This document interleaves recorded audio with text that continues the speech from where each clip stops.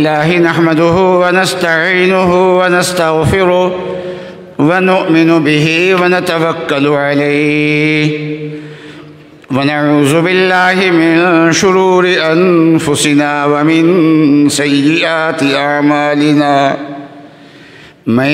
يهده الله فلا مضل له ومن يضلله فلا هادي له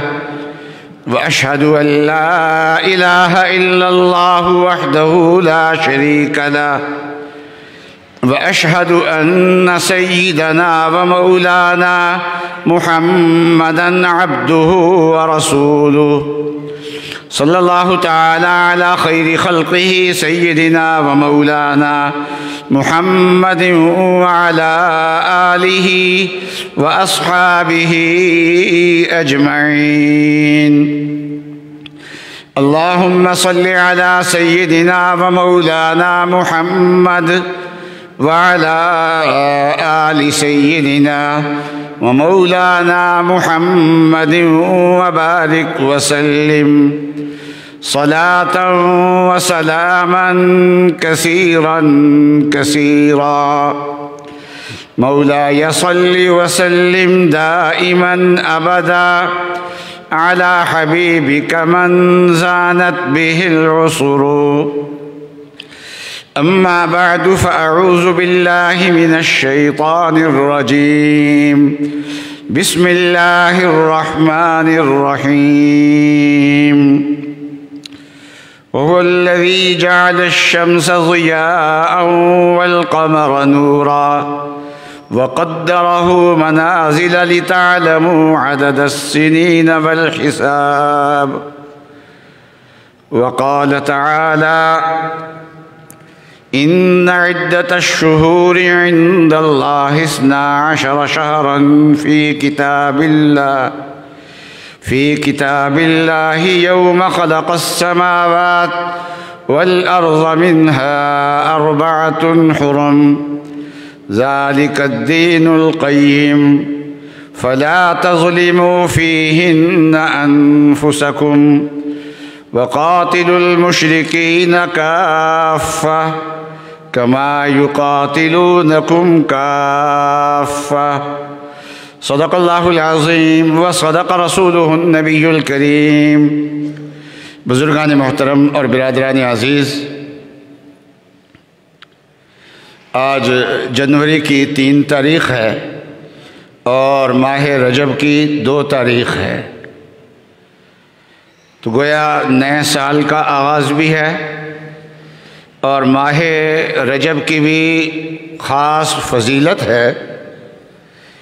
تو اس لیے خیال یہ ہے کہ دونوں بارے میں ہم کچھ بات کریں. اللہ تعالیٰ نے چاند اور سورج کا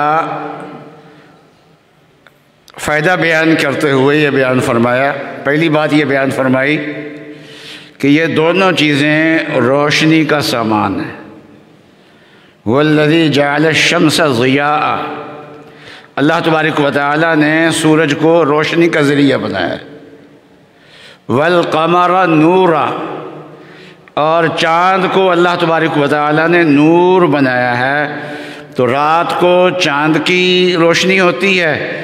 اور دن کے وقت سورج کی روشنی ہوتی ہے، اور حقیقت میں دونوں روشنیاں سورج کی ہی ہیں. دن کے وقت براہ راست سورج کی روشنی ہوتی ہے اور رات کو سورج کی روشنی چاند پہ پڑتی ہے اور پھر چاند کی روشنی زمین کی طرف آتی ہے. تو اللہ تبارک و تعالیٰ نے ان دونوں چیزوں کو روشنی کا ذریعہ بنایا ہے. هو الذي جعل الشمس ضياء والقمر نورا وقدره منازل، اور اللہ تبارک و تعالیٰ نے ان کی منزلیں طے کی، مقرر کی، راستے ان کے مقرر کیے ہیں. ان کی گردش کو اللہ تبارک و تعالیٰ نے مقرر کیا ہے اور اس کے مطابق چاند اور سورج گردش کرتے ہیں، اور کروڑوں اربوں سالوں سے یہ گردش کر رہے ہیں. اور جس لائن پہ اللہ تبارک و تعالیٰ نے ان کو لگایا ہے اسی لائن پہ چل رہے ہیں. نہ ایک سیکنڈ اس لائن سے ادھر ہوئے ہیں آگے ہوئے ہیں، نہ ایک سیکنڈ اس سے پیچھے ہوئے ہیں، نہ یہ دائیں ہوئے ہیں نہ یہ بائیں ہوئے ہیں۔ جہاں اللہ تبارک و تعالیٰ نے جیسے ان کو چلایا ہوا ہے ویسے چل رہے ہیں، جس سے معلوم ہوتا ہے کہ چاند اور سورج خود چل نہیں رہے بلکہ ان کے پیچھے اللہ تبارک و تعالیٰ کی قدرت ہے، وہ قدرت ان کو چلا رہی ہے۔ اور تیسرا فائدہ حق تعالیٰ شانہ نے بیان فرمایا لِتَعْلَمُوا عَدَدَ السِّنِينَ، یہ سورج اور چاند اس لیے اللہ تبارک و تعالیٰ نے بنائے ہیں کہ تاکہ تم سالوں کا حساب اس سے لگا لو، سالوں کا حساب اس سے لگاؤ۔ تو سورج کے ذریعے، سورج کو بھی اللہ تبارک و تعالیٰ نے سال کے حساب کا ذریعہ بنایا ہے، مہینوں کے حساب کا ذریعہ بنایا ہے، اور چاند کو بھی اللہ تبارک و تعالیٰ نے سالوں کا حساب کا ذریعہ بنایا ہے۔ اور اس کے علاوہ سال اور ماہ کے علاوہ دن رات کے اوقات کے حساب کا ذریعہ بھی اس کو بنایا ہے، لِتَعْلَمُوا عَدَدَ السِّنِينَ وَالْحِسَابِ، اور اوقات کا حساب بھی اس کے ذریعے سے اللہ تبارک و تعالیٰ نے رکھا ہوا ہے، اور اس کے ذریعے سے یہ حسابات چل رہے ہیں۔ تو چاند کے حساب سے جو مہینے چلتے ہیں ان کو قمری مہینے کہتے ہیں، اور عربوں میں زیادہ یہ رائج تھے، اور مہینے کا حساب چاند سے کرنا آسان ہے، اس لیے کہ چاند کی گردش کو ایک تعلیم یافتہ آدمی بھی سمجھ سکتا ہے اور ایک ناخواندہ آدمی بھی سمجھ سکتا ہے۔ اور اگر کسی مہینے میں چاند کی تاریخ کا فیصلہ کرنے میں غلطی ہو جائے تو آنے والے مہینے میں اس کی تصحیح ہو جاتی ہے، پتہ چل جاتا ہے، تو اس لیے غلطی جو ہے وہ آسانی سے اس کے اندر نکل بھی سکتی ہے، اس کو آسانی سے سمجھا بھی جا سکتا ہے۔ لیکن سورج کا جو حساب ہے یہ حساب سمجھنا ماہرین کا کام ہے، عام آدمی کا کام نہیں ہے کہ اس کے حساب کو سمجھ سکے۔ آج جنوری کی 3 تاریخ ہے، تو اگر میں کہوں نہیں آج جنوری کی 3 تاریخ نہیں ہے، فروری کی 4 تاریخ ہے، تو دنیا میں چند ایک آدمی ہوں گے جو مجھے یہ بات سمجھا سکیں، میری بات کا توڑ کر سکیں، ورنہ کسی کے بس کی بات نہیں ہے۔ اور اگر میں چاند کی کسی تاریخ کا انکار کروں کہ آج رجب کی 2 نہیں ہے بلکہ رجب کی 1 تاریخ ہے، تو آنے والے مہینے میں ایک دیہاتی آدمی بھی مجھے پکڑ کے چاند دکھا دے گا کہ دیکھو یہ چاند نظر آ گیا ہے، اور جو آپ تاریخ کہہ رہے تھے ویسے نہیں ہے بلکہ تاریخ جو ہے وہ دوسرے طریقے سے ہے، تو یہ سمجھنا آسان ہے۔ تو اللہ تبارک و تعالیٰ نے عبادات کا حساب، جہاں مہینوں کا حساب ہے عبادات میں جہاں مہینوں کا حساب ہے، وہاں حق تعالی شانہ نے چاند کے مہینوں کا حساب رکھا ہے، اس لیے کہ اس کا سمجھنا آسان ہے۔ چنانچہ رمضان چاند کے حساب سے ہے، اور عیدین چاند کے حساب سے ہیں، حج، یہ حج کا مہینہ یہ چاند کے حساب سے ہے۔ تو بہت ساری عبادات کا تعلق چاند کے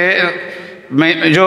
مہینوں کے ساتھ جس کا تعلق ہے یا سالوں کے ساتھ جس کا تعلق ہے عبادات کا، تو اللہ تعالیٰ نے اس کو چاند کے ساتھ جوڑا ہے، اور اس کا سمجھنا آسان ہے۔ اور کچھ عبادات ایسی ہیں کہ جن کا تعلق مہینوں کے ساتھ نہیں ہے بلکہ صبح شام کے اوقات کے ساتھ ان کا تعلق ہے، تو صبح شام کے اوقات سورج کے حساب سے سمجھنا آسان ہوتا ہے۔ تو اس لیے اللہ تبارک و تعالیٰ نے نمازوں کا حساب جو ہے وہ سورج کے ساتھ رکھا ہوا ہے۔ سورج جب افق سے 18 درجے نیچے ہوتا ہے تو مشرق کی جانب میں افق پہ ایک روشنی نمودار ہوتی ہے جس کو صبح صادق کہتے ہیں، اس سے فجر کا وقت شروع ہو جاتا ہے۔ سورج عین درمیان میں آتا ہے، جب بالکل درمیان کے نقطے سے آگے بڑھتا ہے تو سورج میں زوال کہتے ہیں، زوال ہو گیا۔ جب زوال ہو جاتا ہے تو ظہر کا وقت شروع ہو جاتا ہے۔ جب سائے 1 مثل یا 2 مثل ہو جائیں تو عصر کا وقت شروع ہو جاتا ہے، سورج غروب ہو جائے تو مغرب کا وقت شروع ہو جاتا ہے۔ مغرب کا وقت میں بھی عشاء تک مغرب کی جانب میں افق میں روشنی رہتی ہے، لیکن جب سورج افق سے 18 درجے نیچے چل جاتا ہے تو پھر وہ روشنی ختم ہو جاتی ہے، تو عشاء کا وقت شروع ہو جاتا ہے۔ تو نمازوں کے اوقات کو اللہ تبارک و تعالیٰ نے سورج کے ساتھ جوڑا ہے، کہ اس لیے کہ صبح شام کے اوقات کو سورج کے ساتھ سمجھنا یہ انسان کے لیے آسان ہے۔ تو مہینوں کا حساب، تو جن عبادات کو اللہ تعالیٰ نے مہینوں کے ساتھ جوڑا ہے تو وہاں مہینوں کا حساب اللہ تعالیٰ نے قمری رکھا ہے، اس لیے کہ وہاں مہینوں کا قمری حساب کو سمجھنا آسان ہے۔ اور جہاں اللہ تعالیٰ نے صبح شام کے اوقات کو عبادات کو جوڑا ہے تو وہاں اللہ تعالیٰ نے سورج کا حساب رکھا ہوا ہے۔ دونوں حساب اللہ تعالیٰ کے پیدا کردہ ہیں، اس لیے ہاں البتہ قمری حساب کو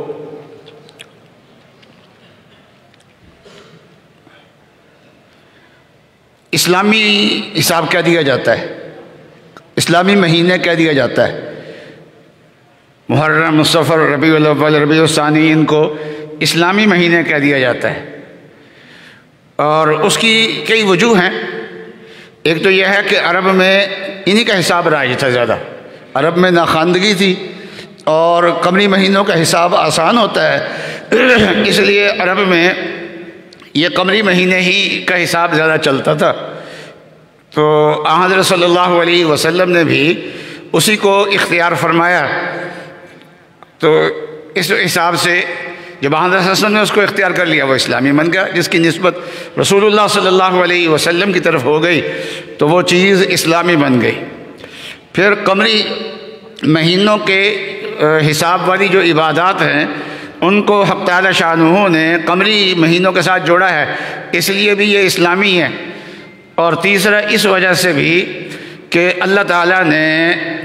10ویں پارے میں سورہ توبہ میں اسی حساب کا تذکرہ کیا ہے۔ ان عدۃ الشہور عند اللہ 12 شہرا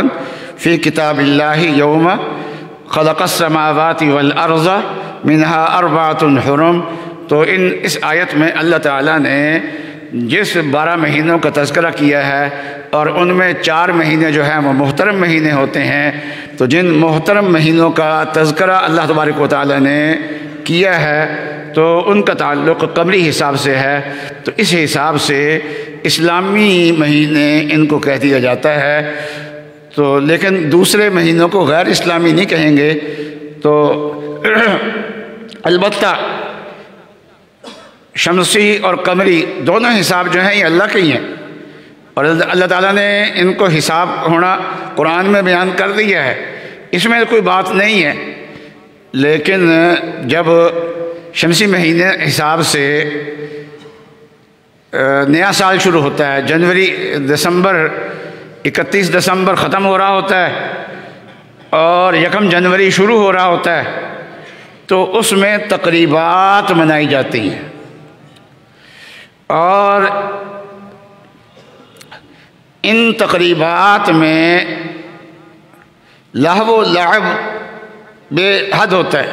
شراب نوشی اور فحاشی اس قسم کی چیزیں اس میں شامل ہوتی ہیں، تو اس کی قطعاً گنجائش نہیں ہے۔ اور اگر یہ چیزیں نہ بھی شامل ہوں، اس میں فحاشی، شراب نوشی یہ چیزیں اس میں شامل نہ بھی ہوں،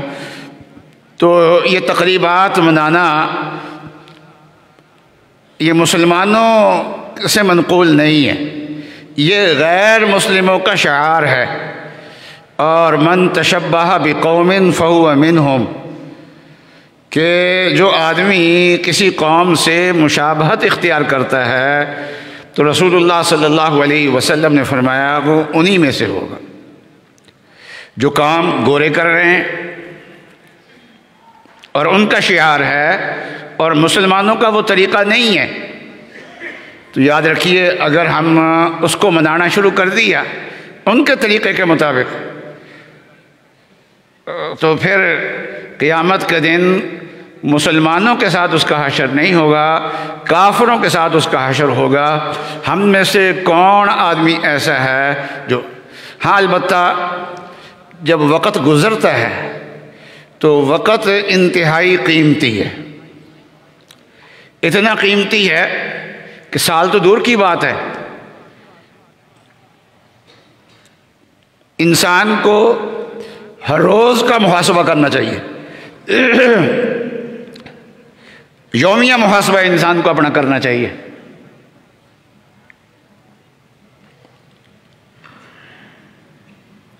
حضرت صلی اللہ علیہ وسلم کا ارشاد ہے کل الناس یغدو فبائع نفسہ او معتقہا او موبقها، کہ ہر انسان جب صبح کو اٹھتا ہے نا، صبح کرتا ہے، نئے دن کا آغاز کرتا ہے، تو وہ اپنے آپ کو بیچ رہا ہوتا ہے اس دن۔ تو وہ دن جب گزارتا ہے تو دو طریقوں میں سے ایک طریقہ سے گزارتا ہے، یا تو اپنے آپ کو دوزخ کی آگ سے رہا کرا لیتا ہے، فبائع نفسہ فمعتقها، اپنے آپ کو دوزخ کی آگ سے رہا کرا لیتا ہے، یا اپنے آپ کو ہلاکت میں ڈال لیتا ہے۔ مطلب حضرت صلی اللہ علیہ وسلم کا یہ ہے کہ مسلمان جب صبح کرتا ہے اور ایک نئے وقت کا اور ایک نئے دن کا آغاز کرتا ہے، تو نئے دن کے آغاز کے ساتھ انسان کو سوچ لینا چاہیے کہ آج کا دن میں نے کیسے گزارنا ہے۔ آیا میں نے اپنے آپ کو دوزخ کی آگ سے رہا کرانا ہے، یا میں نے اپنے آپ کو ہلاکت میں ڈالنا ہے؟ تو یہ فیصلہ کر کے، تو ظاہر بات ہے کہ جب انسان فیصلہ کچھ بھی نہ کرے پھر تو دن لاپرواہی سے گزار کے اپنے آپ کو تباہی میں ڈال سکتا ہے، لیکن اگر انسان صبح کو اٹھ کے یہ فیصلہ کر لے کہ آج اللہ تعالیٰ نے جو مجھے دن دیا ہے، اس دن میں میں نے اپنے آپ کو اللہ کے عذاب سے رہا کرانا ہے، اپنے آپ کو عذاب میں مبتلا نہیں کرانا، تو کم از کم ایک دن اس کا ایسا گزر جائے گا جس دن میں وہ اللہ کی نافرمانی نہیں کرے گا۔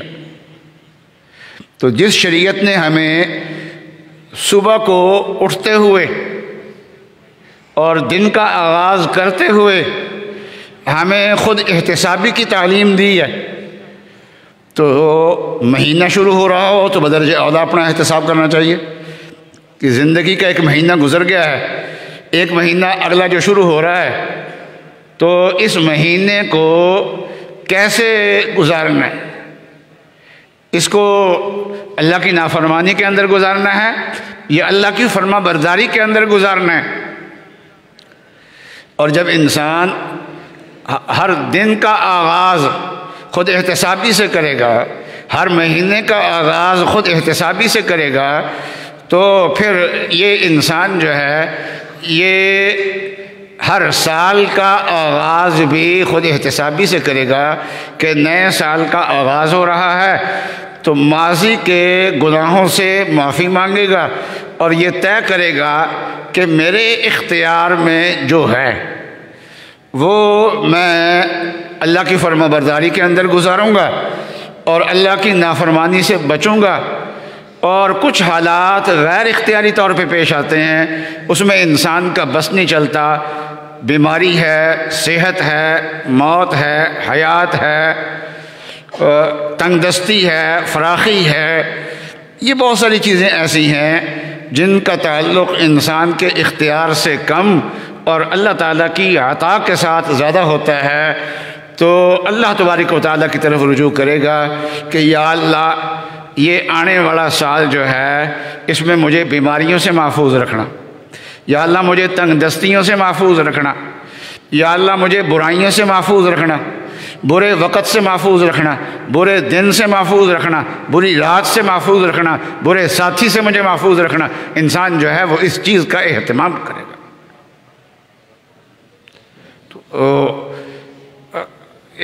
جو نئے سال کا آغاز جو ہے وہ مسلمان کے کرنے کا یہ ہوتا ہے، خود احتساب بھی، اور یہ ماہ رجب چل رہا ہے، شروع ہو گیا ہے ماہ رجب، اور رمضان قریب آ گیا ہے۔ اس لیے ماہ رجب اور ماہ شعبان جو ہے یہ رمضان کے شوق کا مہینہ ہے۔ ایک حدیث ہے، اس کی سند میں کچھ کلام ہے، کچھ ضعف ہے، لیکن فضائل میں ضعیف حدیث بھی معتبر ہوتی ہے۔ مسند احمد کی روایت ہے، اور علامہ سیوطی نے جامع صغیر میں بھی اس کو نقل کیا ہے کہ جب رجب کا مہینہ آتا تھا تو رسول اللہ صلی اللہ علیہ وسلم یہ دعا فرماتے تھے،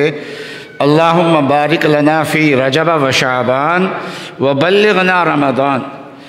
کہ اے اللہ رجب اور شعبان میں برکت عطا فرما اور ہمیں رمضان تک پہنچا دیجیے۔ برکت کا معنی کیا ہوتا ہے کہ انسان کام تھوڑا کرے اور اس کے فوائد زیادہ مرتب ہوں، خرچ تھوڑا ہو اور اس کے فوائد زیادہ مرتب ہوں، کھانا تھوڑا کھائے لیکن پیٹ اس کا بھر جائے، اس کو برکت کہہ دیتے ہیں۔ تو مطلب یہ ہے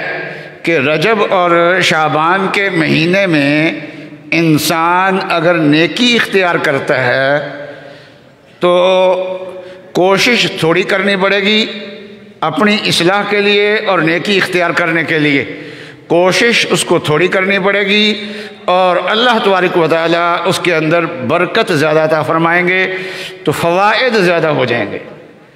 اس لیے ویسے تو ساری زندگی انسان کو اپنی اصلاح کی کوشش کرتے رہنا چاہیے، تقوی کی کوشش کرتے رہنا چاہیے، کوئی لمحہ انسان کا تقوی سے کوشش سے خالی نہیں جانا چاہیے، ہر دم اللہ کی طرف اس کے قدم بڑھتے رہنے چاہیے، اور جب انسان اللہ کی طرف قدم بڑھاتا ہے تو اللہ تبارک و تعالیٰ پکڑ کے اس کو اپنی طرف کھینچتے ہیں، پھر اس کو تو انسان خود قدم اتنے نہیں بڑھاتا جتنا اللہ بندے کے زیادہ قریب ہوتے ہیں۔ لیکن ان مہینوں میں چونکہ برکت ہے، ان دو مہینوں میں رجب اور شعبان میں، تو اس لیے ان دو مہینوں میں اللہ کے قرب کے لیے جو کام کیا جائے گا تو اللہ تبارک و تعالیٰ جو ہماری طرف بڑھ کے آئیں گے وہ عام مہینوں کی بنسبت زیادہ آئیں گے۔ اور حق تعالی شانہ نے قرآن پاک میں یہ فرمایا ہے کہ جب سے آسمان و زمین بنے ہیں تو سال کے 12 مہینے ہوتے ہیں، ان میں سے 4 مہینے محترم ہیں۔ رسول اللہ صلی اللہ علیہ وسلم نے ان 4 مہینوں کی تفصیل بیان فرمائی کہ 3 مہینے متواتر ہیں، ذوالقعدہ، ذوالحجہ اور محرم، یہ 3 مہینے محترم ہیں، اور ایک رجب کا مہینہ ہے جو جمادی الاخری اور شعبان کے درمیان میں ہوتا ہے، یہ رجب کا مہینہ ہے۔ تو 12 مہینوں میں سے جن مہینوں کو اللہ تبارک و تعالیٰ نے محترم مہینے قرار دیا ہے، اور زمانہ جاہلیت میں بھی ان کو محترم سمجھا جاتا تھا، اور ان مہینوں میں جنگ نہیں کی جاتی تھی، جنگوں سے بچتے ہوتے تھے، تو رجب کا مہینہ ان محترم مہینوں میں سے ہے۔ تو پہلے زمانے میں تو ان مہینوں میں جنگ بھی حرام تھی، اور حتیٰ کہ مشرکین بھی ان مہینوں میں جنگ نہیں کرتے تھے، رک جاتے تھے، جب یہ مہینے آتے تھے تو جنگوں سے رک جایا کرتے تھے، اور ان مہینوں میں امن قائم ہو جاتا تھا۔ لیکن اب شریعت مہینوں کا احترام تو برقرار ہے، لیکن جہاد کی اجازت ہے۔ پہلے ہوتی تھی جنگیں، جنگ اور چیز ہوتی ہے، جہاد اور چیز ہوتا ہے۔ جنگیں جو ہیں یہ بری چیز ہیں، لیکن جب اس پہ عنوان جہاد کا لگ جائے اور اس کے اندر جہاد کی شرائط پائی جائے اور جہاد کے احکام کی رعایت اس میں کی جائے تو وہ صرف عبادت نہیں بلکہ بڑی بڑی عبادات سے بھی بڑی عبادت ہے، بہت بڑی عبادت ہے، اور اس کو اللہ تبارک و تعالیٰ نے قرآن پاک میں ایمان کے ساتھ ملا کے ذکر کیا ہے۔ اس کو بہت سی جگہوں پہ الذین آمنوا وہاجروا وجاہدوا فی سبیل اللہ باموالہم وانفسہم۔ تو ان مہینوں میں ہیں یہ محترم مہینے، تو اس میں کیا ہے؟ ایک اللہ تعالیٰ نے حکم دیا ہے، بس میں اسی کو بیان کرتا ہوں۔ فرمایا فَلَا تَظْلِمُوا فِيهِنَّ أَنفُسَكُمْ، تم ان مہینوں میں اپنی جانوں پہ ظلم نہ کرو۔ جانوں پہ ظلم کیا ہوتا ہے؟ گناہ کرنا۔ تو ان محترم مہینوں میں، تو رجب کا مہینہ جو ہے، اس میں یہ طے کر لیں کہ ہم نے اس ایک مہینے میں گناہوں سے اپنے آپ کو بچانا ہے، اور اگر ہو جائے گناہ تو بہت جلد رو کے اللہ تبارک و تعالیٰ سے معافی مانگنی ہے اور توبہ کرنی ہے۔ اللہ تبارک و تعالیٰ مجھے اور آپ کو عمل کرنے کی توفیق عطا فرمائے۔ وآخر دعوانا ان الحمد للہ رب العالمین۔